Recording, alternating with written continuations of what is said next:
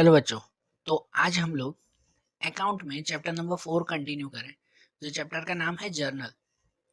इस चैप्टर में हमने अभी तक सभी जो है वो फॉर्मूलाज मतलब सभी रूल्स जर्नल के देख लिए थे, सभी एंट्रीज हमने देख ली। अब चैप्टर के जो आखिरी कुछ सम्स है ना, जिनमें अब सब मिक्स एंट्रीज होगी। हम लोग फाइनल एक्सरसाइज का क्वेश्चन नंबर 13 देखें। इस क्वेश्चन नंबर 13 में ही लिखा हुआ है transition of inclusive of all. यहाँ पर सभी के मिक्स ट्रांजेक्शंस।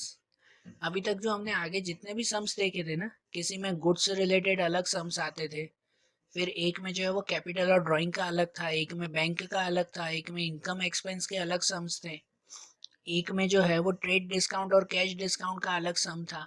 अब ये जो सम है ना, इसमें सब मिक्स है। तो यहाँ पर जैसे लिखा हुआ है, write journal entry of business commenced by Shri Maulik Shah with the name of Shah traders. तो इन्होंने शाह ट्रेडर्स के नाम से बिजनेस शुरू किया है इस मौलिक शाह ने। तो आप लोग जो है वो पहले ऊपर हेडिंग लगाओ, journal in the book of Shah traders. जो शॉप का नेम है वही लिखेंगे ना, journal in the book of Shah traders. और उसमें वो फॉर्मेट बना लो, जर्नल का फॉर्मेट बना लो, और उसके बाद ये सम शुरू करें। जैसे देखो, इसमें पहली एंट्री देखें, लिखा हुआ है कि brought 50,000 cash, debtor 20,000, stock of good 10,000, creditor 5,000 and commenced business. ये पहली एंट्री हमेशा आती है ना, कि ये सब चीजें वो मालिक लेके आया एंड कमेंस्ड बिजनेस, और उसने बिजनेस शुरू किया। ये पहली एंट्री हमेशा सब में कॉमन। तो जो भी घर से वो लेकर आए ना बिजनेस शुरू करने के लिए, तो वो सब क्या कहलाता है? कैपिटल। जो भी घर से मालिक लेकर आता है वो सब कैपिटल कहलाता है ना। तो हम लोग सब एंट्रीज क्या करते हैं कि कैपिटल अकाउंट हमेशा क्रेडिट में और बाकी सब चीजें लिखेंगे डेबिट में। ठीक है, कैपिटल क्रेडिट में और बाकी सब चीजें जो है वो डेबिट में लिखी जाएगी। तो इसकी एंट्री कैसे, क्या क्या लेकर आए हैं उसमें? तो क्या क्या लेके आए? कैश लेके आया है 50,000 का, डेप्टर लेके आया है 20,000 का, स्टॉक लेके आया है स्टॉक ऑफ गुड्स 10,000 का, एंड क्रेडिटर लेके आया मालिक 5,000 का। तो उसमें सब चीजें डेबिट में और कैपिटल क्रेडिट में। लेकिन एक चीज खाली यहाँ नोट करनी है कि इन सब चीजों के साथ वो क्रेडिटर भी लेकर आया है। और क्रेडिटर हमेशा कहाँ लिखते हैं? क्रेडिटर हमेशा क्रेडिट में ही लिखते हैं। तो यहाँ पे ये आप डेबिट में मत लिखना। अभी तक जितने भी सम में आए थे उसमें ऐसा नहीं था। ये सम में जो है वो ध्यान देना। बाकी सब सम में क्या होता था पता है? वो कैश लेके आया, डेप्टर लेके आया, स्टॉक लेके आया। तो जो जो लेके आया वो सब डेबिट में, और क्रेडिट में कैपिटल अकाउंट लिख देते हैं। ऐसा कर देते हैं हम लोग। लेकिन जब अगर वो साथ में क्रेडिटर लेकर आ रहा है ना, तो क्रेडिटर हमेशा क्रेडिट में ही आता है। या कभी अगर वो लोन लेकर आ रहा है साथ में, अगर ऐसा हो कि कोई पर्सन की लोन हो या बैंक लोन हो, तो लोन भी हमेशा क्रेडिट में ही आती है। ठीक है, तो मतलब इसमें कैसे लिखेंगे, देखो एंट्री कैसे करेंगे। अब डायरेक्ट एंट्री ही बता रहा हूँ कि यहाँ कैश लेके आया है 50,000 का, तो सबसे पहले लिखेंगे कैश अकाउंट डेबिट 50,000 रुपीज़। फिर डेप्टर भी लेके आया है 20,000 का, तो डेप्टर अकाउंट भी डेबिट में लिखेंगे, डेप्टर अकाउंट भी डेबिट 20,000 रुपीज़। फिर स्टॉक ऑफ गुड्स लेके आया है 10,000 का, तो स्टॉक ऑफ गुड्स भी लिखेंगे, stock of goods account debit 10,000 rupees. And creditor है 5,000 का, तो क्रेडिटर क्रेडिट में ही लिखेंगे, तो उसको क्रेडिट में लिखें, टू क्रेडिटर अकाउंट 5,000 रुपीज़, उसको क्रेडिट में। और ये सभी चीज़ें लेके आया है, तो आखिरी में कैपिटल तो लिखना ही है ना हमें, तो आखिरी में कैपिटल लिखेंगे, to capital account. To capital account कितना? तो एक चीज़ ध्यान दो कि हमेशा डेबिट और क्रेडिट में अमाउंट इक्वल होनी चाहिए ना। यहाँ पे जितनी अमाउंट है डेबिट में, तीनों मिलाकर क्रेडिट में ही उतना ही होना चाहिए। तो यहाँ डेबिट में तीनों का मिलाकर कितना हो रहा है? 50 और 20 70 और 10 80,000। उस 80,000 में से क्रेडिट में 5,000 लिख दिया, तो बाकी अब क्रेडिट में कितना बचा? तो बाकी क्रेडिट में बचा 75,000। तो ये दोनों भी मिलाकर वो 80 हो जाएंगे ना। ध्यान देना, ये काउंटिंग जो है वो लॉजिकली करनी है, इसमें कोई फिक्स रूल नहीं है। यहाँ जितना टोटल है यहाँ पे भी उतना ही टोटल, तो यहाँ अगर 80,000 हो रहा है तो यहाँ पे भी 80 होना चाहिए, जिसमें से 5,000 क्रेडिटर के तो बाकी के 75 कैपिटल के।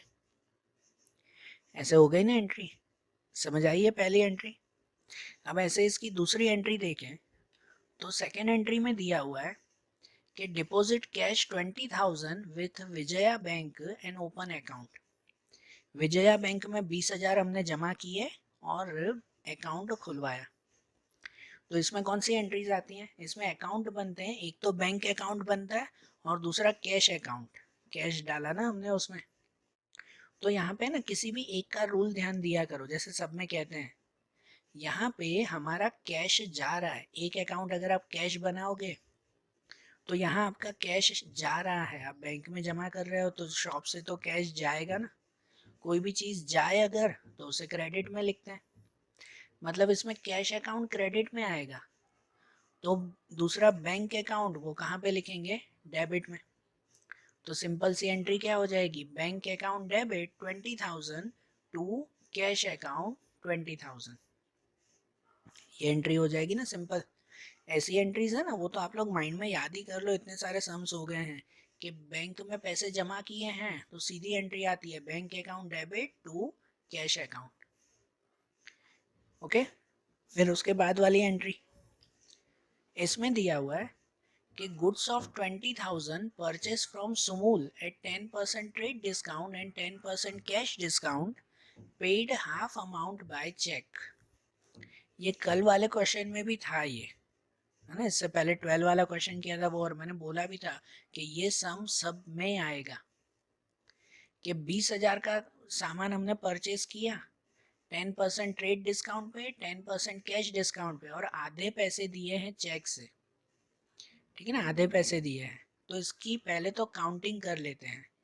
एंट्री के लिए मैंने सिंपल बताया था कि हमने परचेज किया है ना, तो परचेस अकाउंट डेबिट में लिखा करो, बाकी जितने भी अकाउंट बने ना वो सब अकाउंट क्रेडिट में लिखा करो। सीधी सी एंट्री उसमें। तो इसीलिए अब पहले इसकी काउंटिंग करो। सबसे पहले देखो 20,000 का सामान खरीदा, वो भी 10% ट्रेड डिस्काउंट पे।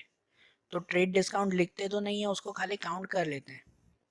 तो 20,000 का सामान अगर 10% ट्रेड डिस्काउंट कट करो उसमें, तो 20,000 में से रफ में करना उसे कि 20,000 माइनस 10% करो। तो कैलकुलेटर में करो 20,000 माइनस 10% कितना बचेगा? 18,000 बचेगा। 20,000 के 10% करो ना तो 2,000 होते हैं, मतलब 2,000 का डिस्काउंट तो हुआ 18,000। 20,000 के 10% ये 18,000 हुए, मतलब जो सामान खरीदा ना, परचेज किया ना, वो 18,000 का ही परचेज किया। अब इस 18,000 में से आधे पैसे दिए हैं चेक से और आधे नहीं दिए, मतलब इस 18,000 को आधे आधा कर दो कि उसमें से 9,000 रुपये दिए हमने और उसमें से 9,000 रुपये नहीं दिए। तो जो नहीं दिए या दिए, जो भी उसमें एक गिनो ना, ये समझो जो नहीं दिए वो तो उतना ही रखेंगे, लेकिन फिर जो 9,000 दिए हैं ना, उस पे फिर कैश डिस्काउंट गिनना पड़ेगा। कैश डिस्काउंट सिर्फ उसी पे ही गिनते हैं जितने रुपए हमने दिए हो या जितने रुपए मिले हो, उसी पे ही डिस्काउंट गिनते हैं। तो बाकी के 9,000 पे ही डिस्काउंट गिनेंगे। तो इस 9,000 पे 10% डिस्काउंट गिनो, तो इस 9,000 में से माइनस 10% कर दो, तो वो बचेगा 8,100। माइनस 10% कर दो तो 8,100, मतलब उसको 9,000 भी पूरे नहीं दिए, उसमें से भी 8,100 रुपये ही दिए। बाकी के 900 रुपये, बाकी बचे हुए जो 900 रुपये थे, वो 900 रुपये हमारा डिस्काउंट हुआ। ये 900 रुपीज वो हमारा क्या कहलाया? डिस्काउंट कहलाया। समझे? तो इसका मतलब ये कि यहाँ पर एक तो परचेस अकाउंट बनेगा ना, दूसरे कौन कौन से अकाउंट बनेंगे पता है? कि एक जो ये उधार पे रहा ना, 9,000 देने बाकी हैं, तो उसमें नाम लिखते हैं सुमूल अकाउंट। फिर जो 9,000 दिए ना, उसमें से 9,000 भी पूरे नहीं, 8,100 रुपये दिए और 900 रुपये का डिस्काउंट, तो ये 8,100 रुपये चेक से दिए, तो उसमें बैंक अकाउंट लिखते हैं, उसमें बनेगा बैंक अकाउंट। और ये 900 रुपये का डिस्काउंट है तो उसमें लिखेंगे कैश डिस्काउंट अकाउंट। और एंट्री सिंपल, परचेस डेबिट में, बाकी सब चीज़ें क्रेडिट में। तो एंट्री करते हैं purchase account debit 18,000 rupees. Purchase account में तो ये पूरा ही लिखते हैं 18,000, जितना सामान खरीदा। 20,000 का था, 10% डिस्काउंट हुआ ना, तो 18,000 का सामान लिखेंगे परचेस में। फिर लिखेंगे टू सुमूल अकाउंट 9,000। सुमूल में ये अमाउंट जो बाकी है तो उसके नाम में लिखेंगे। फिर लिखेंगे टू बैंक अकाउंट 8,100। तो बैंक अकाउंट में लिखेंगे ये 8,100। ठीक है, जितने पैसे दिए, 9,000 पूरे नहीं दिए, आधे उसमें से भी 10% काट के इतने दिए ना, वो बैंक में। और बाकी का लिखेंगे टू कैश डिस्काउंट, कितना, 900 रुपये, 900 रुपये का डिस्काउंट। ऐसी हुई ना ये एंट्री, समझ आई ना? ये एंट्री सब में आएगी। परचेस ऐसे ही आगे इसमें सेल में भी ऐसी ही एंट्री आएगी, तो उसमें भी सेम एंट्रीज करते हैं। समझ आई कैलकुलेशन? इसे अच्छी तरह से याद कर लेना, सब में नंबर बदल के ये कैलकुलेशन आएगी ही आएगी। अब इसके बाद वाली एंट्री जुलाई 4 में, उसमें दिया हुआ है कि furniture of 15,000 purchase on credit from Puneet furniture mart, a carriage of 100 paid in cash. देखो इसमें दो बातें हैं, दो एंट्रीज हैं कि पहले तो फर्नीचर खरीदा है हमने 15,000 का, वो भी क्रेडिट पे, परचेस ऑन क्रेडिट, उधार पे खरीदा है। किससे खरीदा? पुनीत फर्नीचर मार्ट से खरीदा। और कैरियज दिए 100 रुपीज़ कैश में। कैरियज मतलब गाड़ी का भाड़ा दिया, फर्नीचर को शॉप तक लेकर आए तो जो गाड़ी का भाड़ा देना पड़ा वो 100 रुपये कैश दिया, बराबर। तो दो एंट्री करेंगे ना, पहले ये परचेज किया उसकी एंट्री, फर्नीचर खरीदा उसकी। तो इसमें अकाउंट कौन सा बनता है? परचेज किया तो इसमें परचेज अकाउंट नहीं, क्योंकि आपने सामान नहीं खरीदा है, आपने फर्नीचर खरीदा है। फर्नीचर एसेट्स है, गुड्स नहीं है, आपने गुड्स नहीं खरीदा है। गुड्स खरीदो तो ही परचेज लिखते हैं, फर्नीचर खरीदा है तो फर्नीचर लिखो। तो यहाँ पे क्या लिखेंगे, एक तो फर्नीचर अकाउंट आएगा और दूसरा उधार पे खरीदा ना, पैसे नहीं दिए हैं, तो दूसरा नाम आएगा पुनीत फर्नीचर मार्ट अकाउंट। तो इसमें फर्नीचर खरीदा है ना, तो फर्नीचर अकाउंट डेबिट में लिखेंगे, वो आया ना फर्नीचर। तो लिखेंगे पहली entry furniture account debit 15,000 rupees, 15,000 का, to Puneet furniture mart account. तो पुनीत फर्नीचर मार्ट अकाउंट 15,000, बराबर, कि क्रेडिट में उसका नाम लिखेंगे। ये पहली एंट्री हो गई ना। अब दूसरी एंट्री में है कि कैरियज 100 रुपये दिए, इसमें अकाउंट बनेगा, एक कैरियज का बनेगा और एक कैश का बनेगा। कैरियज एक्सपेंस है हमारा, तो वो एक्सपेंस हमेशा डेबिट में आएगा, कैरियज डेबिट में। और दूसरा कैश दिया ना, तो वो कैश क्रेडिट में। तो इसकी एंट्री कर देंगे हम लोग, carriage account debit 100 rupees to cash account 100 rupees. ठीक है, ये दोनों एंट्री अलग अलग हो गई ना, समझ आई ना बात? अब ऐसे ही दूसरी एंट्री करें, उसमें आगे की एंट्री कि defective goods of 3,000 return to Sumul, कि सुमूल को डिफेक्टिव गुड्स थे 3,000 के, वो वापस कर दिए। सुमूल से हमने आगे जो है वो सामान खरीदा था ना, सामान खरीदा ना आगे सुमूल से, 18,000 का सामान खरीदा था, तो उसमें से 3,000 का सामान खराब था तो उसे वापस कर दिया। तो ये खराब हुआ सामान वापस करना, तो इसे क्या कहते हैं? इसे कहते हैं परचेस रिटर्न। क्या कहते हैं इसे? Purchase return. तो इसमें एक तो बनेगा परचेस रिटर्न अकाउंट, रिटर्न है तो परचेस रिटर्न, खरीदा हुआ वापस किया, और दूसरे में नाम लिखेंगे सुमूल अकाउंट। अब रूल वाइज है ना, इसमें भी परचेस रिटर्न हमेशा क्रेडिट में आता है, परचेस अकाउंट डेबिट में, तो परचेस रिटर्न हमेशा क्रेडिट में। तो परचेस रिटर्न तो क्रेडिट में, तो डेबिट में क्या लिखेंगे? उसका नाम। तो एंट्री कर देंगे उसमें कि सुमूल अकाउंट डेबिट में 3,000 रुपीज़ और to purchase return account credit में 3,000 रुपीज़। ये एंट्री हो गई ना सिंपल।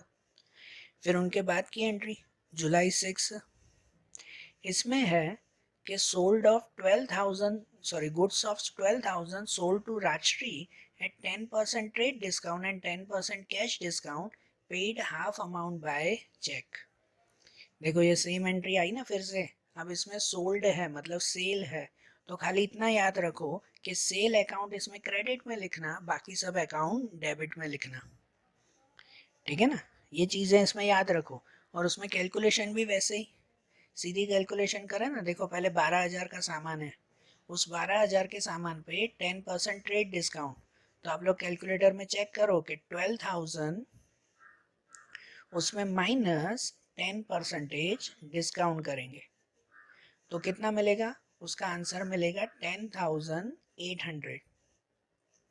ये 10,800 में से आधा आधा कर देंगे कि आधे पैसे दिए आधे बाकी रहे, तो मतलब समझो उसमें से 5,400 रुपये बाकी रहे, 10,800 का आधा 5,400 रुपये बाकी रहे और 5,400 रुपये हमने दिए हैं।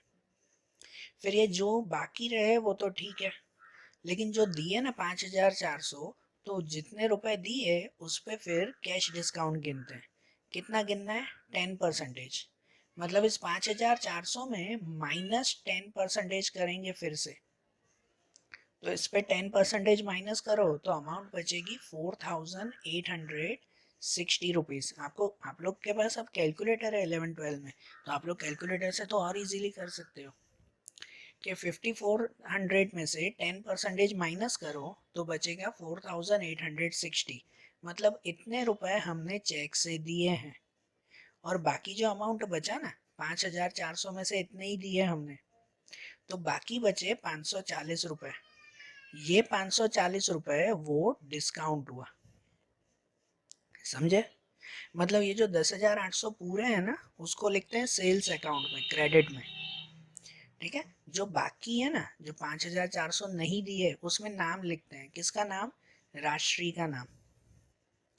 उसमें उसके बाद दूसरे 5,400 पूरे नहीं, उसमें से ये दिए 4,860 रुपये, तो वो चेक से दिए, तो उसमें लिखते हैं बैंक अकाउंट, इसमें लिखेंगे बैंक अकाउंट। और बाकी जो 540 हुए ना वो हमारा डिस्काउंट कहलाया, उसमें लिखेंगे कैश डिस्काउंट अकाउंट। बरोबर, तो याद रखो सेल अकाउंट क्रेडिट में, बाकी के सब अकाउंट डेबिट में।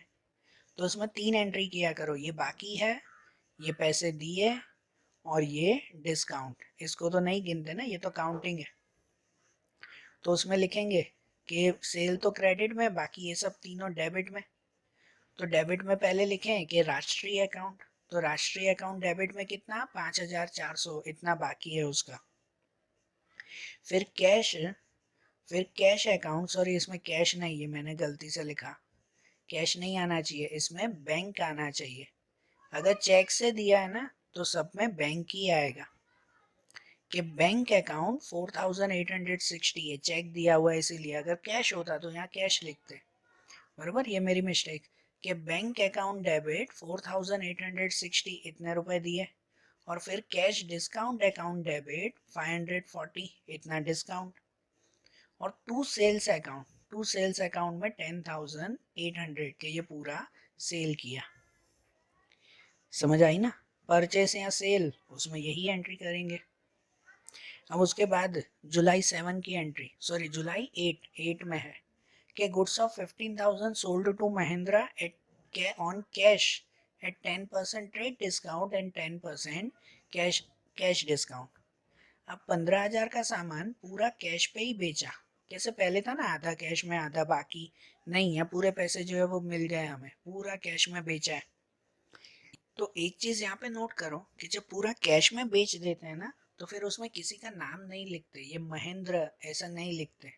नाम तभी लिखा जाता है जब कुछ पैसे बाकी हो या उधार पे हो तो अब देखो इसमें कैसा है कि 15,000 का सामान है, उसमें पहले तो 10% ट्रेड डिस्काउंट दे दिया, तो पहले तो वही काट लेते हैं, पहले तो वही खत्म कर देते हैं कि 15,000 में से पहले आप लोग माइनस करो 10%। तो 15,000 में से 10% माइनस करो तो बचेगा 13,500 रुपये। अब ये पूरे ही पैसे मिल गए, लेकिन वो भी पूरे नहीं मिले कि इन पूरे 13,500 में से फिर 10% कैश डिस्काउंट है, ये पूरे पैसे नहीं मिले, 10% कैश डिस्काउंट है। तो इस 13,500 में से फिर माइनस करेंगे इसमें से फिर से 10%। पूरा ही ना, पहले में आधे आधे करते थे, इसमें आधे नहीं है पूरे ही है कि 13,500 में से ये 10% कैश डिस्काउंट, तो बचेंगे फिर 12,150 रुपये। कितने? तो 13,500 का हमने सामान बेचा, लेकिन उसमें पूरे पैसे नहीं मिले, उसमें मिले हमें 12,150, इतने मिले। और बाकी के जो है ना, वो बाकी के क्या कहलाएंगे? बाकी के कहलाएंगे हमारा डिस्काउंट। कितना डिस्काउंट होगा उसमें?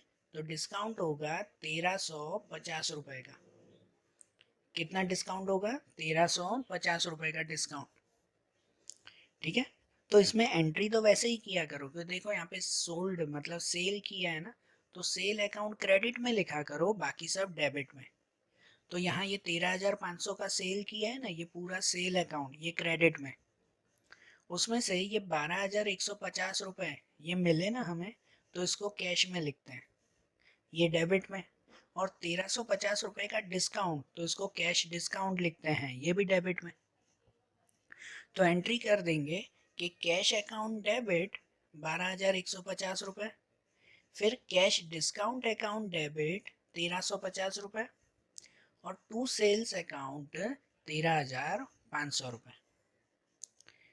बरोबर? समझ आ गई नहीं ये एंट्रीज? अब इसके बाद वाली एंट्री जुलाई 10 में है कि withdraw goods of 300 and cash 200 for personal use. कि यहाँ पर पर्सनल यूज के लिए ही उसने 300 रुपए का सामान लेके गया और 200 रुपए कैश लेके गया। पर्सनल यूज मतलब घर के खर्चे के लिए ना, या तो घर के काम के लिए। तो घर के काम के लिए 300 रुपए के गुड्स सामान ले गया और 200 रुपए कैश। तो घर का कोई भी खर्चा हो तो उसके लिए क्या लिखते हैं? उसके लिए लिखते हैं ड्राइंग अकाउंट। तो ड्राइंग अकाउंट हमेशा डेबिट में आता है, और क्रेडिट में लिखते हैं कि वो क्या लेके गया। कि देखो गुड्स लेके गया ना, तो गुड्स नहीं लिखते।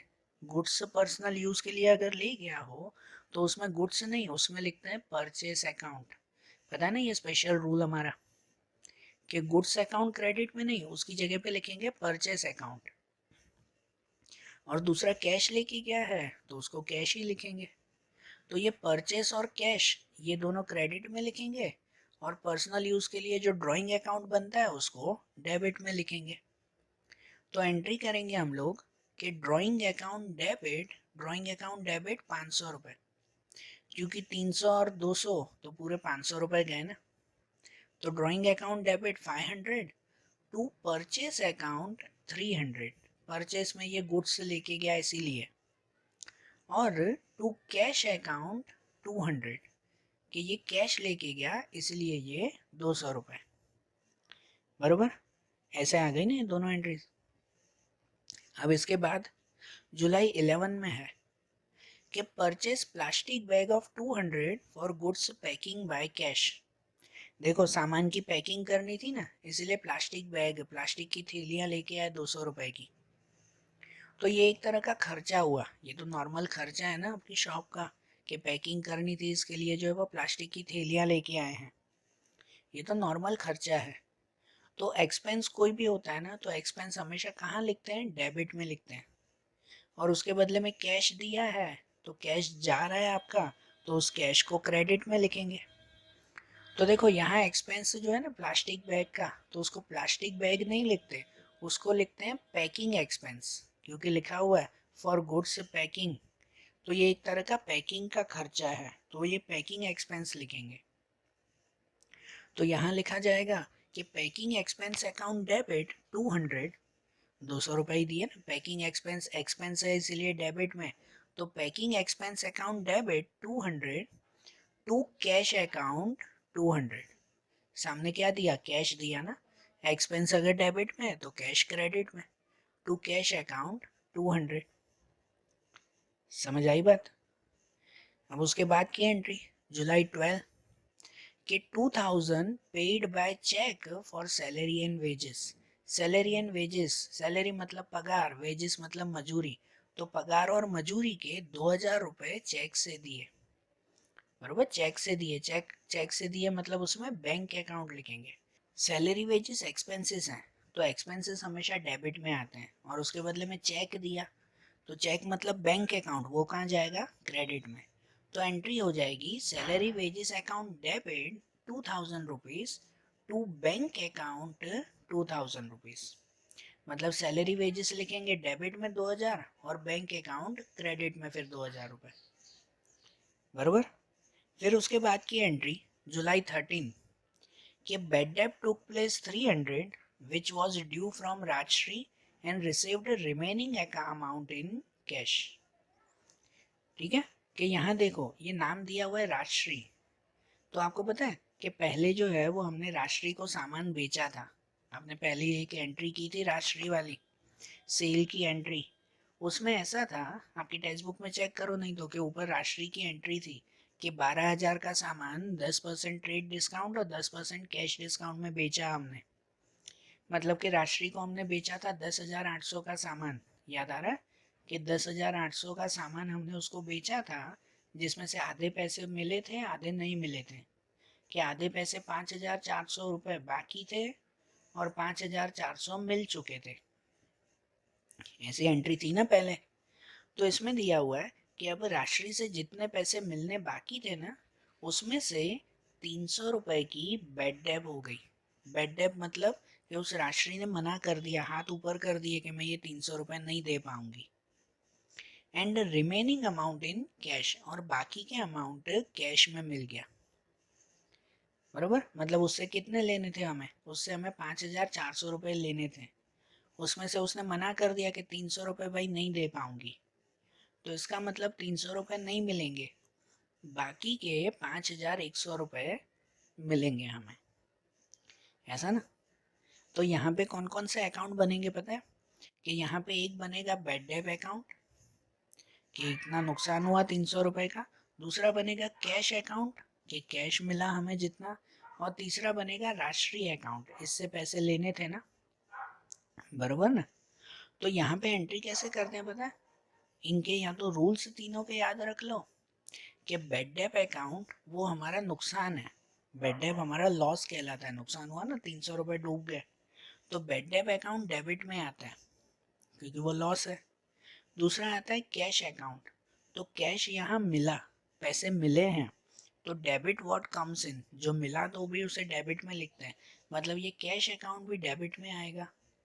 और बाकी बचा राष्ट्रीय अकाउंट, तो मैंने कल बताया था कि जिससे भी पैसे लेने हो ना, तो उसका अकाउंट क्रेडिट में लिखते हैं, बाकी सब डेबिट में। तो इसके लिए तो ये सीधा ही रूल, आप ये पूरा सम भी सिंपल ये कर सकते हो कि राशि से पैसे लेने हैं ना, हमने सामान बेचा था उसको, तो उससे लेने हैं ना, तो जिससे भी पैसे लेने हो ना, तो उसको क्रेडिट में लिखते हैं, मतलब राष्ट्रीय अकाउंट क्रेडिट में, बाकी के दोनों डेबिट में। तो एंट्री ऐसी हो जाएगी कि पहले कैश अकाउंट डेबिट 5100, पहले कैश तो मिला ना 51, कि ये 54 में से 300 नहीं दिए, बाकी के 5100 तो दिए ना, तो cash account debit 5100, bad debt account debit 300 और टू राष्ट्रीय अकाउंट 5400, ये दोनों डेबिट में, और क्रेडिट में टू राष्ट्रीय अकाउंट पूरा लिखेंगे 5400, बरोबर। आइए बात समझ में। उसके बाद वाली एंट्री जुलाई 14 के due to additional requirement of fund 12% loan of 25,000 obtained from Axis bank. Additional requirement of fund मतलब पैसों की ज़्यादा ज़रूर पड़ी, तो हमने 25,000 की लोन ले ली एक्सिस बैंक से 12% इंटरेस्ट पे। तो अब जब भी लोन लेते हैं ना, तो ये इंटरेस्ट तो ध्यान देने का ज़रूर नहीं है, मैंने लोन की सिंपल एंट्री बताई थी कि 25,000 लोन ली है, मतलब उसमें कैश मिला हमें, तो उसमें कैश मिला ना, तो कैश अकाउंट डेबिट में लिखते हैं, और क्रेडिट में जिससे लोन ली है उसका नाम लिखते हैं, सीधा और सिंपल याद किया करो। तो इसमें भी सीधी एंट्री आ जाएगी कि कैश अकाउंट डेबिट 25,000, कैश मिल गया 25,000 का, और किससे लोन ली हमने, एक्सिस बैंक से ना, तो क्रेडिट में लिखते हैं to Axis bank loan account 25,000, ठीक है। फिर उसके बाद जुलाई 15 में है कि goods of 2000 destroyed by fire for which insurance company has admitted claim of 1500, realise 200 from goods burnt by fire, बरोबर। ये एंट्री भी आगे एक बार आई थी और मैंने इसको भी इम्पोर्टेंट टिक करवाया था कि ये एंट्री भी काफ़ी सम्स में आती है। इसे इम्पोर्टेंट क्यों बोल रहा हूँ पता है, क्योंकि ये सम्स है ना आपको एग्जाम्स में भी मोस्टली पूछे जाते हैं, इसलिए बार बार बोल रहा हूँ कि इन सम्स में ध्यान दो। वो परचेज सेल का, ये लोन वाला इससे पहले, ये इंश्योरेंस कंपनी वाला, ऐसे सम्स पूछे जाते हैं आपके एग्जाम में। तो देखो इसमें है कि 2000 का सामान आग में जल गया, उसमें से इंश्योरेंस कंपनी ने 1500 रुपये का क्लेम दिया और बाकी के 200 रुपये उसमें से रियलाइज हुए। रियलाइज मतलब कैसे, वो जला हुआ सामान भंगार में बेच देते हैं ना, तो वो 200 रुपये वहाँ से मिल गए। तो इसमें कौन कौन सा अकाउंट बनता है ये ध्यान दो। सबसे पहली चीज़ कि अगर ये सामान जल गया ना, हमारा गुड्स जल गए हैं, तो उसके लिए परचेज अकाउंट लिखते हैं। उसके लिए क्या लिखते हैं, परचेस अकाउंट। और परचेस अकाउंट कहाँ पे, क्रेडिट में। मैंने रूल बताया था ना, कोई भी सामान जल जाए, चोरी हो जाए, कुछ भी हो जाए, तो उसमें परचेस अकाउंट क्रेडिट में लिखा जाता है। तो मैं डायरेक्ट एंट्री बता रहा हूँ कि सबसे पहले तो परचेस अकाउंट ही क्रेडिट में आएगा, पूरे 2000 रुपये। और रूल वाइज इतना इसमें भी यही याद रखो, सामान जल गया है इसलिए परचेस अकाउंट क्रेडिट में, और बाकी की सब एंट्री डेबिट में। बाकी एक एक एंट्री करते जाओ, उन सबको डेबिट में लिखते जाओ। तो एक एक एंट्री में क्या कि सबसे पहले ये 1500 रुपये हमें मिले, ये किसने दिए, तो ये इंश्योरेंस कंपनी ने क्लेम किया। Insurance company has admitted claim, भाई उसने माने कि इंश्योरेंस कंपनी 1500 देगी उस 2000 में से। तो वो एंट्री पहले डेबिट में करेंगे कि insurance claim account debit 1500, insurance claim account debit. फिर 200 रुपये वो भंगार बेचने से मिले, तो ये तो नॉर्मल कैश हुआ ना, तो उसको लिखेंगे कैश अकाउंट डेबिट 200। ठीक है, तो ये जो इंश्योरेंस क्लेम है ना, वो क्लेम मतलब ऑन द स्पॉट उसने पैसे नहीं दिए। वो कैसे, इंश्योरेंस कंपनी अपनी पूरी प्रोसीजर करती है, उसके बाद वो पैसे देती है, तो इसलिए उसमें इंश्योरेंस क्लेम लिखेंगे। और दूसरा लिखेंगे कैश अकाउंट, ये तो ऑन द स्पॉट भंगार बेचने से मिल गया। बाकी कितने बचे, तो बाकी बचे 300 रुपये। 2000 का सामान था, 1500 इंश्योरेंस देगी, 200 रुपये मिल गए, बाकी कितने बचे, 300 रुपये। ये 300 रुपये का नुकसान हो गया, आग में जल गए ना, तो ये 300 का नुकसान, तो उसके लिए लिखेंगे loss due to fire account debit 300। तो सीधी ऐसे शॉर्टकट एंट्री कर दिया करो कि पहले परचेस अकाउंट क्रेडिट में पूरे 2000 और डेबिट में एक एक करके अमाउंट लिख दो, 1500 इंश्योरेंस के, 200 कैश के और 300 लॉस के। तो ये हो गई ना एंट्री, बराबर। अब उसके बाद जुलाई 16 कि both life insurance premium of son 450 and fire insurance premium 550 paid by check.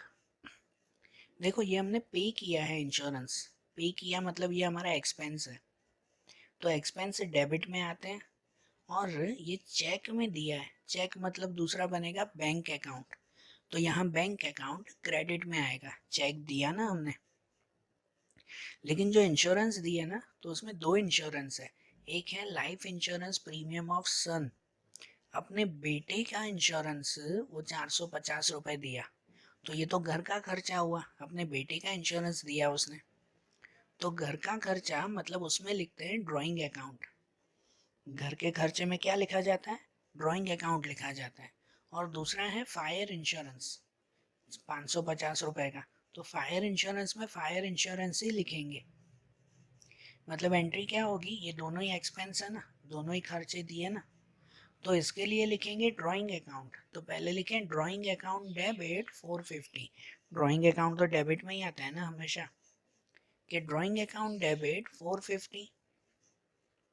दूसरा है फायर इंश्योरेंस, तो दूसरे में fire insurance account debit 550, fire insurance भी दिया 550 का।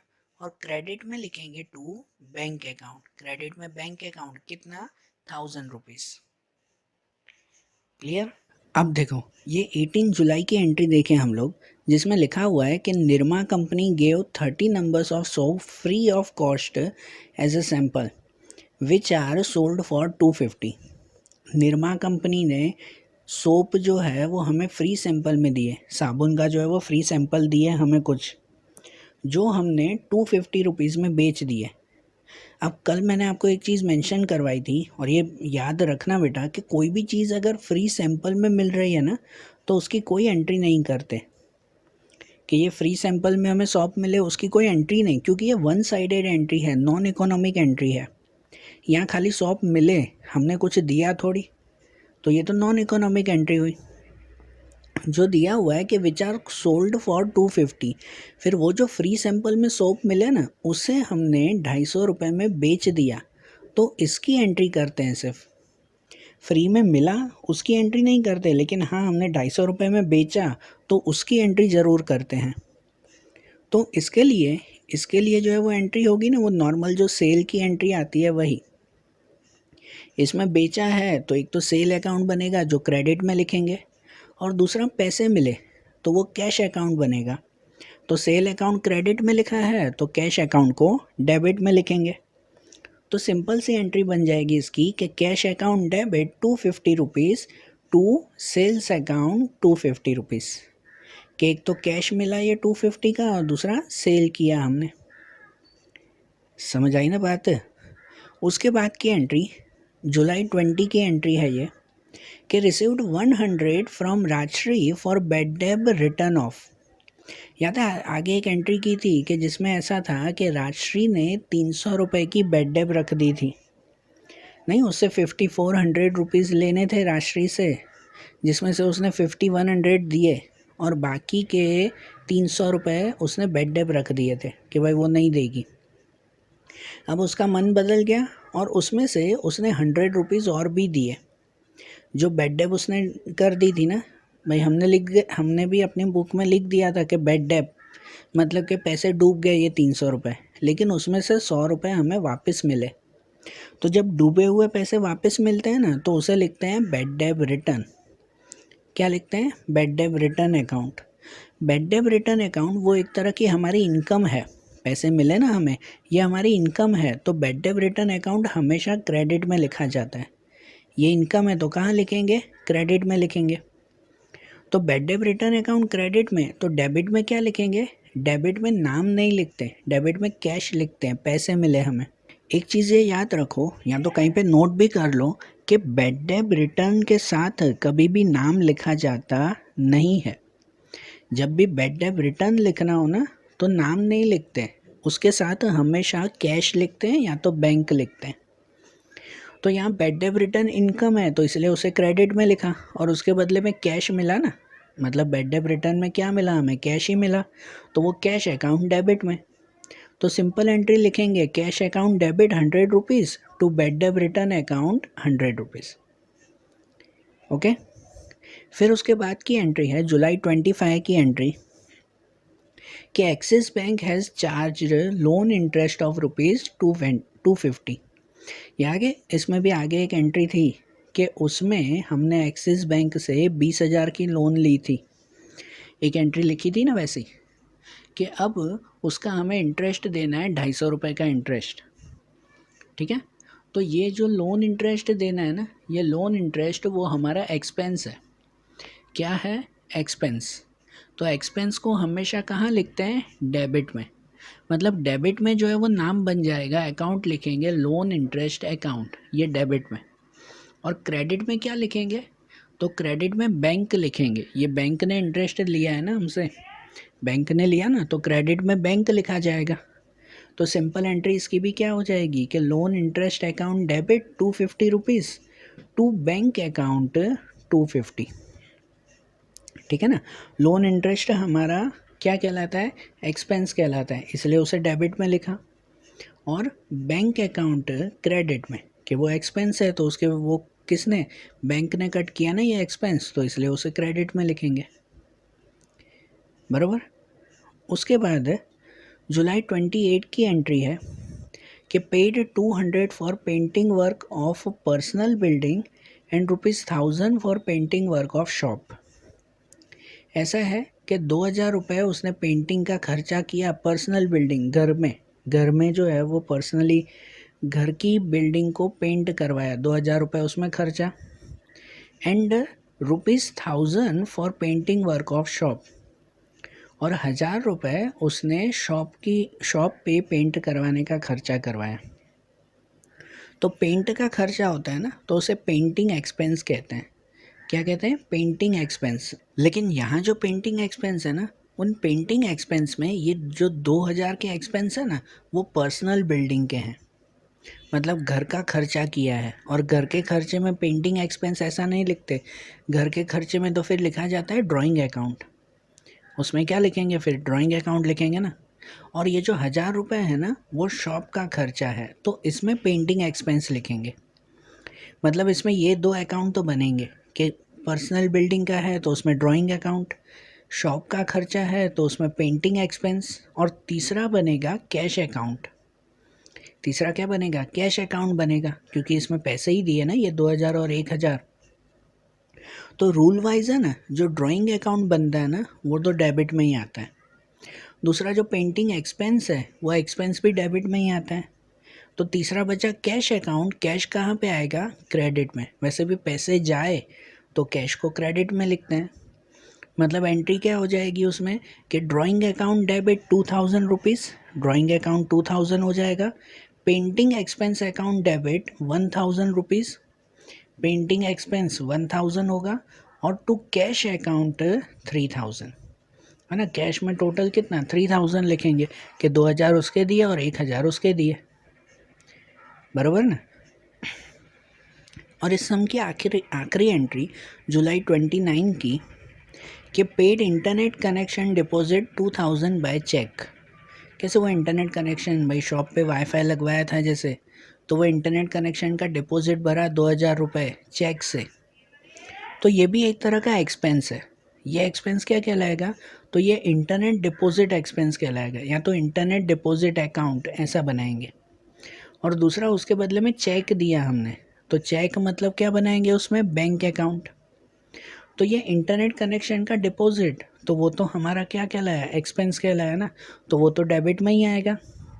और उसके बदले में हमारे पैसे गए, तो ये जो बैंक अकाउंट बना है ना दूसरा, उसे कहाँ लिखेंगे? क्रेडिट में। तो एंट्री बनेगी उसमें कि internet deposit account debit 2000 rupees to bank account 2000 rupees, बराबर है। इंटरनेट डिपॉजिट के 2000 और टू बैंक अकाउंट क्रेडिट में 2000 रुपीज़। समझ आई बात? क्लियर हुआ ना? देखो इस सब में हमने सब मिक्स एंट्रीज की थी, तो मिक्स एंट्रीज भी समझ में आई ना। अब इनके बाद क्वेश्चन नंबर 14 है हमारा एक्सरसाइज में। अब क्वेश्चन 14 में हमें क्या करना है? तो क्वेश्चन 14 में इसमें लिखा हुआ है कि a learner student has written following journal entry which are incorrect, correct them and rewrite. यहाँ पर कुछ स्टूडेंट ने जो है वो जर्नल एंट्री लिखी है। आपकी टेक्स्ट बुक में देखो पूरा टेबल बना हुआ ही है, सब जर्नल एंट्री की गई है। लेकिन कोई लर्नर स्टूडेंट, भाई नए नए सीखने वाला स्टूडेंट था, भाई आप जैसे सीख रहे हो तो पहले पहले सीखते वक्त मिस्टेक करते हो ना तो वैसे ही कोई स्टूडेंट ने जो है वो ये जर्नल एंट्री लिखी है। हमें सब एंट्रीज चेक करनी है। टेक्स्ट बुक में देखो जैसे सब क्वेश्चंस दिए हुए हैं, तो ये सब हमें चेक करने हैं, और अगर कोई गलत हो ना तो उसे करेक्ट करके लिखना है, उसे सही करके लिखना है हमें, ठीक है ना। तो ये सही है या गलत है ये किससे पता चलेगा? पता है, ये पता चलता है बीइंग से। हर क्वेश्चन के नीचे बीइंग लिखा हुआ है, देख रहे हो ना? टेक्स्ट बुक में चेक कर लो भले। हर क्वेश्चन में नीचे बीइंग लिखा हुआ है, नरेशन लिखा हुआ है। तो ये नरेशन मतलब वो क्वेश्चन ही तो होता है ना। आप लोग भी सब में जो है वो नरेशन जो लिखते हो, तो वो नरेशन कौन सा है? जो क्वेश्चन में लिखा हुआ है वही लिखते हो ना नरेशन में। तो आपको नरेशन देखकर चेक करना है कि एंट्री सही है कि गलत है। देखो हम लोग एक एक चेक करते जाए, मैंने टेबल नहीं बनाया, मैं तो सीधा सॉल्यूशन इसमें बता रहा हूँ, तो ध्यान देना। जैसे कि पहली एंट्री है कि 1 अगस्त की, ये रॉन्ग एंट्री, मतलब जो क्वेश्चन में आपको दिया हुआ है वो मैंने लिखा है कि क्या है उसमें क्वेश्चन में, insurance premium account debit to cash account, ऐसा। तो उसमें बीइंग में लिखा हुआ है कि 700 paid for life insurance premium. आपको ये देखकर एंट्री लिखनी है कि वो ऊपर वाले करेक्ट हैं या जो है वो रॉन्ग है। ये बीइंग में लिखा हुआ है कि 700 पेड फॉर लाइफ इंश्योरेंस। अब आपको पता है कि जो लाइफ इंश्योरेंस होता है ना, तो वो लाइफ इंश्योरेंस मीन्स कि वो पर्सनल एक्सपेंस हुआ। मैंने पहले ही बताया था आपको, लाइफ इंश्योरेंस पर्सनल एक्सपेंस में आता है, घर का खर्चा, उसने अपना इंश्योरेंस निकलवाया है, शॉप का नहीं है। तो इसलिए लाइफ इंश्योरेंस में ड्राइंग लिखते हैं। इन्होंने रॉन्ग में क्या लिखा है, इन्होंने यहाँ पे इंश्योरेंस प्रीमियम अकाउंट ही लिखा है, तो एक्चुअली यहाँ इंश्योरेंस प्रीमियम आएगा नहीं, यहाँ पे क्या आना चाहिए, ड्राइंग अकाउंट आना चाहिए। और क्रेडिट में कैश तो बराबर है, ये तो बराबर है ना, क्रेडिट में कैश, कि उस इंश्योरेंस के बदले में क्या दिए, पैसे ही दिए ना, चेक तो नहीं लिखा हुआ है ना। मतलब क्रेडिट में तो कैश अकाउंट ही आएगा, वो बरोबर है। डेबिट में लाइफ ये इंश्योरेंस प्रीमियम नहीं, उसकी जगह पर ड्राइंग आना चाहिए। तो आपको करेक्ट एंट्री क्या करनी है, उसकी सही एंट्री क्या होगी कि drawing account debit to cash account 700, insurance premium नहीं, उसकी जगह पे ड्राइंग अकाउंट आएगा। बरोबर, समझे ना। तो हर एंट्री में ऐसे करना है आपको, ये बीइंग पढ़कर चेक करना है कि ये एंट्री सही है या गलत। या आप लोग ऐसे भी कर सकते हो कि ये जो ऊपर की एंट्री है ना, जो गलत एंट्री है, उसे देखो ही मत, भले कुछ भी हो। समझो आपके लिए ये क्वेश्चन है, तो उसकी सही एंट्री खाली कर दो ना। आपको ये दिया ही ना हो, खाली ये बीइंग दिया हो, तो इस पर से जर्नल एंट्री आप नहीं कर सकते। तो इस पर से सीधा वही एंट्री करो ना, फिर चेक करो ऊपर सही है या गलत है। ठीक है, देखो जैसे कैसे करना है मैं आगे के क्वेश्चन में बताऊं। इसके बाद का है, इसके बाद की एंट्री ये है अगस्त 5 की एंट्री। मैं ये एंट्री देखूंगा ही नहीं कि भले ये कुछ भी लिखा हो, आप सीधा बीइंग पढ़ो। लिखा हुआ है कि रिसीव्ड 200 ऑफ ब्रोकरेज फ्रॉम जय and 100 of commission from Ajay. कि हमें ये रिसीव्ड मतलब मिले हैं, ये इनकम है कि 200 रुपये ब्रोकरेज के मिले जो जय ने दिए हैं, और 100 रुपये कमीशन के मिले जो अजय ने दिए हैं। तो अब इसमें कौन सा अकाउंट बनता है पता है, ये ऊपर मत देखो, सिर्फ यहाँ बीइंग देखकर ही समझो कि यहाँ पर कौन कौन से अकाउंट बनेंगे। कि एक तो ये इनकम मिली ना 200 रुपये की, तो ये ब्रोकरेज अकाउंट बनता है इनकम में। किसने इनकम दी वो नाम नहीं लिखते। जब भी इनकम हो, जब भी एक्सपेंस हो, जैसे देखो एक एग्जांपल दूँ कि आपकी शॉप में जो भी पर्सन अगर काम करता हो तो उसको आप सैलरी देते हो ना। तो समझो कोई भी जो है, कोई भी अगर ABC नाम का कोई भी पर्सन काम करता हो, तो आप उसको सैलरी दोगे ना, तो अपनी बुक में लिखोगे सैलरी अकाउंट, ऐसे नहीं लिखोगे ABC अकाउंट कि उसको हमने पैसे दिए, आप सैलरी लिखोगे। एक्सपेंस और इनकम के वक्त एक्सपेंस और इनकम का नाम लिखते हैं, कोई पर्सन का नेम लिखा जाता नहीं है। ठीक है, पर्सन का नेम नहीं लिखते, उस एक्सपेंस या इनकम का ही नेम लिखते हैं। जैसे यहाँ 200 रुपये का ब्रोकरेज मिला ना, तो हम लिखेंगे ब्रोकरेज अकाउंट, जय नहीं। 100 रुपये का कमीशन मिला ना, तो हम लिखेंगे कमीशन अकाउंट, अजय ने दिया तो अजय का नाम नहीं लिखेंगे, हम लोग ब्रोकरेज अकाउंट और कमीशन अकाउंट ही लिखेंगे। तो ये 2 अकाउंट बनेंगे, और तीसरा बनेगा कैश अकाउंट। ये 200 रुपये और 100 रुपये क्या मिला, तो ये तो हमें एक तरह से वो मिला ना, इनकम ही हुई ना, पैसे ही मिले ना। तो हम एंट्री ऐसे करेंगे कि ये ब्रोकरेज और कमीशन ये दोनों इनकम है, तो इन दोनों को क्रेडिट में लिखेंगे, और सामने कैश मिला तो कैश को लिखेंगे डेबिट में। तो सीधी एंट्री ऐसे कर सकते हैं कि कैश अकाउंट डेबिट 300 रुपये, कैश पूरे 300 रुपये मिले ना, ये 200 और ये 100।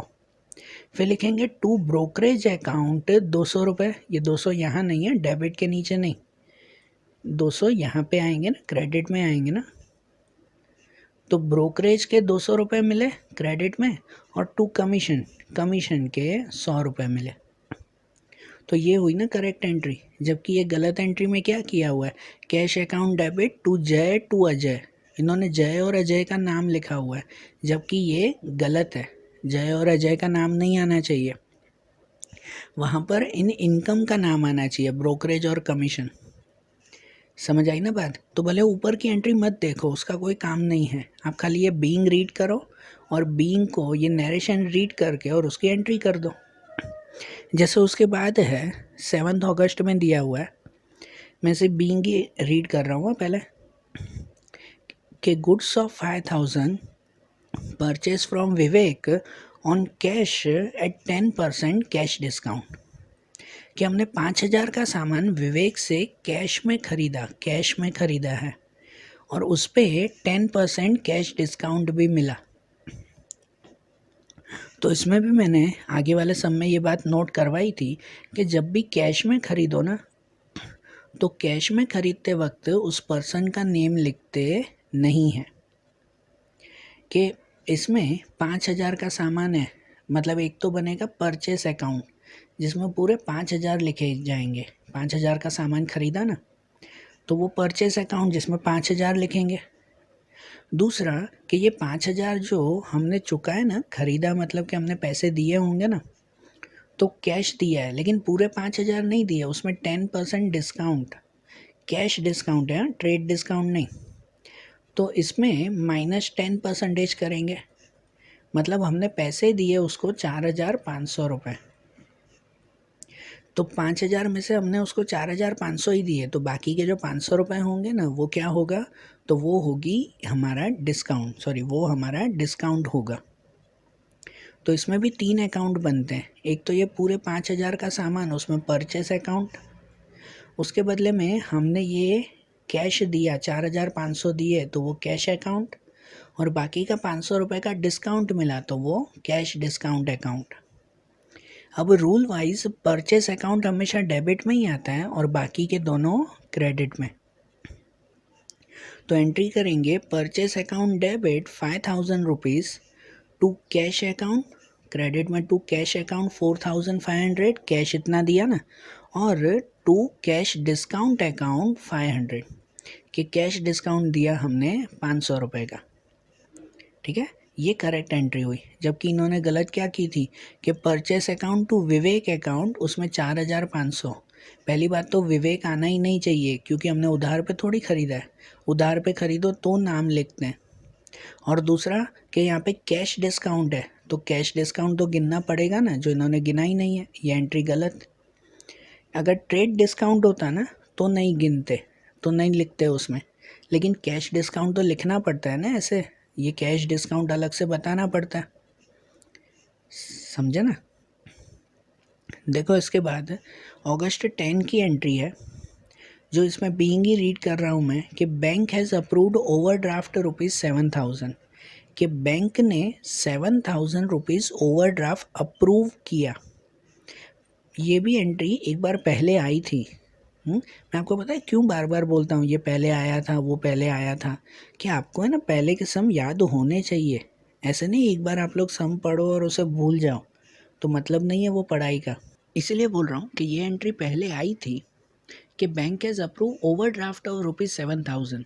पता है ओवरड्राफ्ट किसे कहते हैं, कि जिसमें हमें बैंक में हमारा जितना बैलेंस हो ना, उससे ज़्यादा बैलेंस अगर हमें निकालना हो, बैंक से पैसे लेने हो, तो वो फैसिलिटी ओवरड्राफ्ट की फैसिलिटी कहलाती है।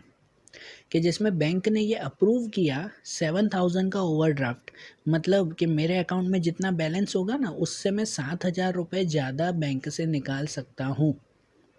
तो ये अभी खाली अप्रूव किया, ऑन द स्पॉट मैंने निकाल नहीं दिए हैं, ये सिर्फ अप्रूवल, ये एक नॉन इकोनॉमिक ट्रांजेक्शन है, ये रियल नहीं, ये तो नॉन इकोनॉमिक ट्रांजेक्शन हुआ। सही बात ना। और इन्होंने तो ऊपर एंट्री की है, हम लोग करेक्ट एंट्री में कुछ करेंगे ही नहीं, ये नॉन इकोनॉमिक ट्रांजेक्शन है, कि इन्होंने तो ऊपर एंट्री की हुई है कि bank account debit to cash account. ये एंट्री कब करते हैं पता है, कि जब हम लोग बैंक में पैसे जमा करते हो, तो हम लोग डिपॉजिट करने गए हो ना, तो ये एंट्री आती है। या हमने कोई डिपॉजिट किया है क्या, कुछ नहीं किया है, तो इसका मतलब ये एंट्री गलत है, ये तो नॉन इकोनॉमिक ट्रांजेक्शन होगा। क्लियर। उसके बाद अगस्त 11 में है, हम लोग बीइंग रीड करें कि 20% goods return to Vivek and cash received from Vivek. हमने आगे विवेक को जो है वो सामान बेचा था ना, कितना 5,000 का, उसके 20% गुड्स हमने रिटर्न किए, सॉरी ख़रीदा था हमने उससे, हाँ विवेक से ख़रीदा था पहले 5,000 का सामान, उसके 20% गुड्स हमने रिटर्न कर दिए और उसका कैश मिल गया। तो ये भी बात वही हुई कि जब भी कैश मिल जाए ना, तो नाम लिखने की ज़रूरत पड़ती नहीं है। कैश मिल गया मतलब बात ख़त्म, फिर सामने वाला कोई भी हो उसका नाम नहीं लिखते हम लोग। ठीक है, तो यहाँ पे हमने रिटर्न किया है, तो रिटर्न के लिए कौन सा अकाउंट बनेगा? Purchase return. हमने खरीदा हुआ सामान वापस किया है ना, तो उसे परचेस रिटर्न कहेंगे। तो 20% गुड्स, तो हमने पहले उससे 5,000 का सामान खरीदा था, तो 5,000 के 20% जो है वो गिन लो, 5,000 मल्टीप्लाइड 20%, तो कितने होंगे? तो वो 1,000 रुपीज़ होंगे। मतलब 1,000 रुपीज़ का सामान हमने रिटर्न किया, तो एक अकाउंट परचेस रिटर्न बनेगा ना, और दूसरा अकाउंट बनेगा कैश, क्योंकि लिखा हुआ है कैश रिसीव्ड फ्रॉम विवेक, तो विवेक का नाम नहीं लिखेंगे। तो अब यहाँ पे जो परचेस रिटर्न बना, तो रूल के हिसाब से परचेस रिटर्न अकाउंट कहाँ आता है? रूल के हिसाब से परचेस रिटर्न हमेशा क्रेडिट में आता है। परचेस रिटर्न हमेशा क्रेडिट में, तो डेबिट में क्या लिखेंगे? डेबिट में लिखेंगे कैश अकाउंट। तो इसलिए एंट्री हो जाएगी cash account debit 1,000 rupees to purchase return account 1,000 rupees, ये करेक्ट एंट्री। जबकि इन्होंने गलत में किया था Vivek account debit to purchase return, इन्होंने विवेक नाम लिखा था, वो नहीं आना चाहिए, क्योंकि कैश मिल गया ना इसमें। ठीक है, अब इसके बाद वाली एक एंट्री है अगस्त 12 में, उसमें देखें बीइंग में लिखा हुआ है कि 500 received from debtor which was return of in the past, कि 500 रुपये एक डेप्टर से, डेप्टर मतलब जिससे हमें पैसे लेने थे, उससे return of in the past. Return of मतलब कि पहले हम भूल चुके थे, कैसे पैसे डूब चुके थे, बेड डेप कहलाती है ना पहले, कि समझो ये 500 रुपये बेड डेप हो चुके थे, भाई सामने वाले मना कर दिया था, कोई डेप्टर मतलब कोई पर्सन था जिससे पैसे लेने थे, उसने मना कर दिया 500 रुपये नहीं देंगे, लेकिन अभी उसने दे दिए कि 500 received from debtor which was return of in past, कि पहले जो है, पहले जो मना किया था उसने 500 रुपये दे दिए, तो ये हमारे लिए क्या हुआ पता है? ये हुआ बेड डेप रिटर्न। इसमें कौन सा अकाउंट बनता है इस सिचुएशन में? तो ये सिचुएशन में बेड डेप रिटर्न अकाउंट बनता है, कि डूबे हुए पैसे वापस मिले हमें, तो बेड डेप रिटर्न, और उसके साथ दूसरा अकाउंट बनेगा कैश अकाउंट। क्या मिला? पैसे ही मिले ना हमें, सही बात ना। तो देखो बेड डेप रिटर्न इनकम है, तो बेड डेप रिटर्न अकाउंट हमेशा क्रेडिट में लिखेंगे, और जबकि कैश, तो कैश डेबिट में आएगा दूसरी साइड। तो एंट्री क्या हो जाएगी करेक्ट एंट्री? कि cash account debit 500 to bad debt return account 500, बराबर ना, ये एंट्री आ जाएगी। जबकि इन्होंने एंट्री की cash account debit to debtor account, तो ये गलत है, डेप्टर अकाउंट थोड़े लिखते हैं। डूबे हुए पैसे वापस मिलते हो तो उसमें सिर्फ और सिर्फ बेड डेप रिटर्न ही आता है और किसी का नाम नहीं, ठीक है। और उसके बाद की एंट्री अगस्त 13 में दिया हुआ है, बीइंग रीड करते हैं कि paid cash 500 for shop repairing and 1,000 for house repairing. ठीक है, देखो 500 रुपये शॉप का खर्चा दिया है और 1,000 रुपये घर का खर्चा दिया है। तो पहली बात तो जो घर का खर्चा होता है उसमें लिखते हैं ड्राइंग अकाउंट, होता है ना, हाउस एक्सपेंस है घर की रिपेयरिंग का, तो उसमें तो ड्राइंग अकाउंट लिखेंगे।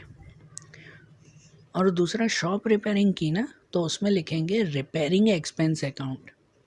क्या लिखेंगे? Repairing expense account. तो यहाँ ये दो अकाउंट बने, एक रिपेयरिंग एक्सपेंस, एक ड्राइंग अकाउंट घर के लिए, और तीसरा बनेगा कैश अकाउंट के पेड कैश, कैश दिया ना, तो ये ड्राइंग अकाउंट, ये रिपेयरिंग एक्सपेंस, दोनों एक्सपेंस हैं, दोनों को डेबिट में लिखेंगे, और कैश अकाउंट कहाँ लिखेंगे? क्रेडिट में। तो हम लोग इसकी एंट्री करेंगे कि रिपेयरिंग एक्सपेंस अकाउंट डेबिट 500, ये रिपेयरिंग एक्सपेंस शॉप का था ना, तो वो repairing expense account debit 500, drawing account 1,000, drawing account वो 1,000 रुपये घर का खर्चा, और टू कैश अकाउंट 1,500। ठीक है, बाकी टोटल कैश गया हमारा 1,500 का। तो ये हमारी करेक्ट एंट्री हो गई। जबकि इन्होंने रॉन्ग एंट्री में ना रिपेयरिंग एक्सपेंस टू कैश पूरे 1,501 में ही लिख दिए, घर का खर्चा और शॉप का खर्चा दोनों मिलाकर एक में ही 1,500 रुपये लिख दिए, वो नहीं चलेगा, दोनों को अलग अलग यहाँ पे मेंशन करना पड़ेगा ना ऐसे, बराबर। और उनके बाद की एंट्री अगस्त 15, ये आखिरी एंट्री दी गई है। बीइंग रीड करें कि paid cash 800 for machine installation. पता है मशीन इंस्टॉलेशन मैंने पहले बताया था ना, आप लोग मशीन जब खरीदते हो तो उसको इंस्टॉल करने सेट करने के लिए वो शॉप के लोग ही आकर आपकी शॉप में वो सेट करके जाते हैं, वो मशीन इंस्टॉलेशन है। मशीन इंस्टॉलेशन 800 रुपये। तो मशीन इंस्टॉलेशन का कोई भी खर्चा होता है ना तो वो मशीन में ही जाता है। आपने जो है वो 10,000 की मशीन खरीदी और 800 रुपये का वो खर्चा हुआ, तो आप लोग यही कहते हो ना कि भाई मुझे मशीन ही 10,800 में पड़ी। सही बात ना, इंस्टॉलेशन को अलग थोड़ी गिनते हैं। इसीलिए यहाँ पर ये मशीन इंस्टॉलेशन को मशीन अकाउंट में ही लिखेंगे। मशीन इंस्टॉलेशन अकाउंट ऐसा नहीं बनाएंगे कभी भी, वो मशीन अकाउंट ही लिखा जाएगा। ठीक है, तो एक तो बनेगा मशीन अकाउंट और दूसरा कैश दिया, तो कैश दिया है तो दूसरा बनेगा कैश अकाउंट। एक मशीन अकाउंट बनेगा, एक कैश अकाउंट बनेगा। तो मशीन है ना हमारी एसेट होती है और एसेट कभी भी डेबिट में ही आते हैं, तो इसलिए मशीन अकाउंट तो डेबिट में ही आएगा। बाकी जो कैश अकाउंट है ना उस कैश अकाउंट को लिखेंगे क्रेडिट में।